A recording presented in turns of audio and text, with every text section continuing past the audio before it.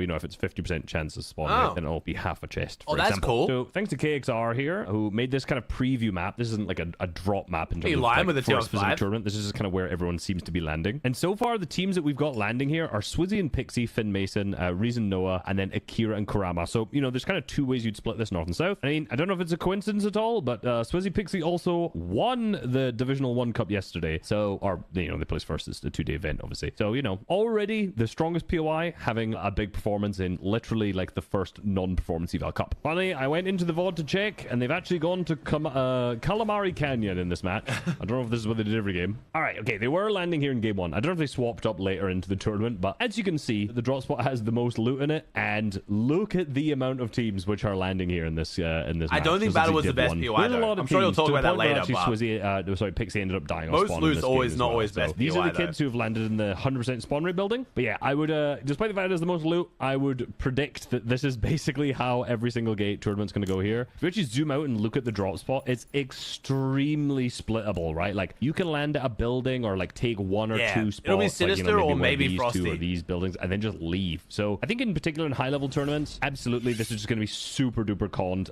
You know, there's just no way you're going to have like one team being uncontested the entire thing. So take the numbers with a grain of salt that it has the most of everything. Now this building here on the southeast or the east side here of Battlewoods, if you go down into the basement, there's this mystery door for 500 gold. So I will open it for 500 gold. And right now has spawned all of the gold bars. So how much is this actually? Let me break this. Holy smokes. So out of that, I got 6,400 gold. This that W seems investment. worth it, I'll be honest. I think that was the gold bars I mentioned before. I think that changes every game. Let me jump into another match and try. Another note on this whilst I'm here is that John Wick's dog can actually spawn here too. So if you go into the basement, you can end up killing all the NPCs that spawn. There we go. And then you release the dog. And he gave me the gold lancet, but you can also get a mythic lancet pistol. You also have to make sure that you pet him at the same time. Again, this gun's not very good, let's be honest. But when he disappears there, he gives you max HP and max shield. So you could actually play Storm and get like a 300, or if you just needed some shield, you could just grab them from the dog here. I think you can also spawn in Sinister and maybe somewhere else. But you can definitely spawn in Sinister and Battlewoods. All right, going back for mystery door number 2. Let's see what we've got ourselves this time. All right, just a bunch of chests. So I mean, it's not always great. So I think you're not always going to get those gold bars. You're not always going to get guaranteed investment. 2 chests, probably not worth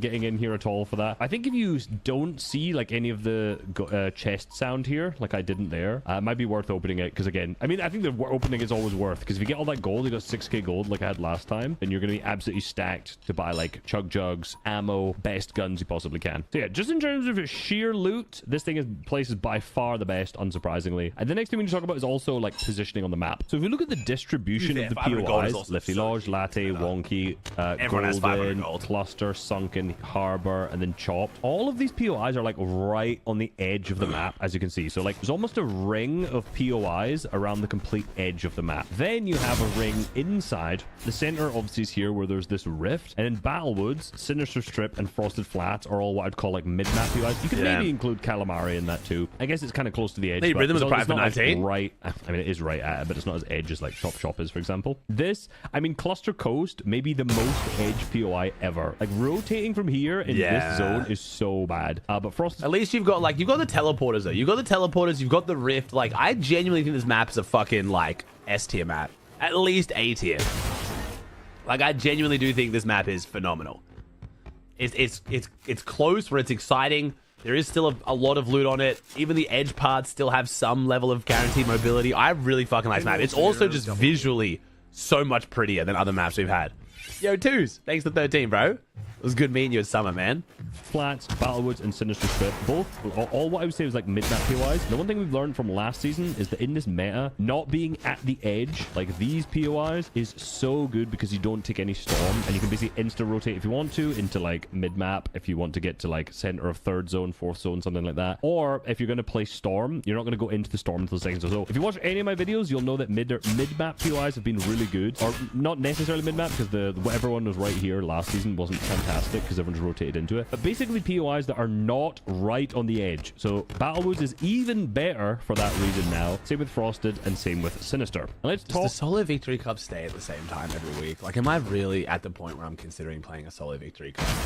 Like, do I really want to drag my nutsack through glass? Why am I considering this? Was it even earlier?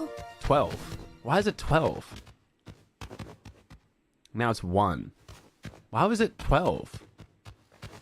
Am I stupid? I've got to be stupid. Why the fuck? It's like the round 2 is before the what? How the fuck did what?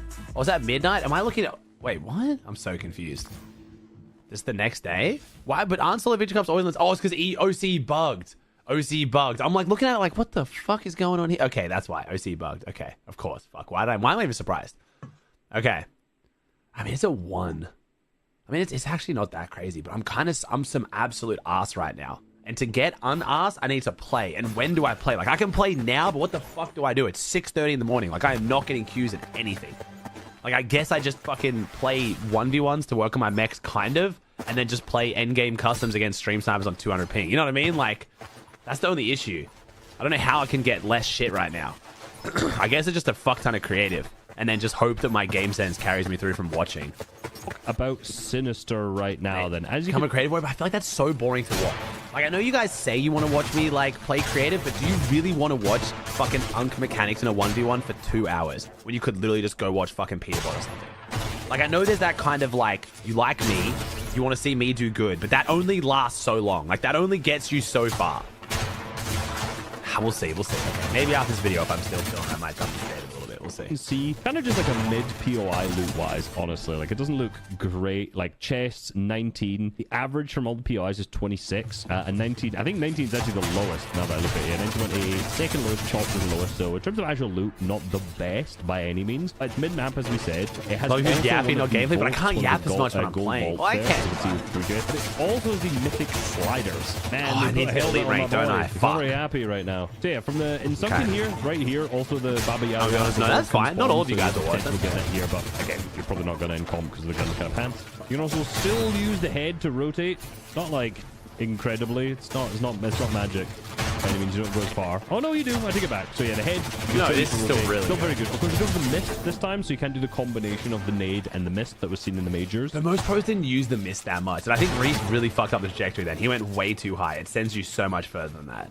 You can still use it to rotate, so from this drop shot, still very good. Here's the vault, which is right underneath the head. Again, so if you manage to open and get one of the key cards, you can just go in here, grab a little extra rare chests. And most importantly... How often, like, do you get the key card, though, if you're at Sinister? Like, I feel like I get it all the time when I'm at other POIs and I can't open it, but how likely are you at Sinister to get the key card for Sinister? You go into the prison building here. This is where you're going to get the mythics. If you go down, or the mythics singular, if you go down. Everyone probably knows this by now, but this is electrocuted. You can't open it. So basically, you have to follow this cable and then push a button. Here we are. Slide through here. Open this. Oh, if it's blue? Wait, so like, if you get blue POI, your chance of getting is higher? Like, your chance of getting the key cards higher in blue chests? Wow. That's super interesting. That's good to know. That's really good to know for finals game. Like, so blue... Sinister Strip is like double buff. You get obviously more blue chest and you get more chance to vault. That's super interesting. Good call. Push this, so it shuts down the security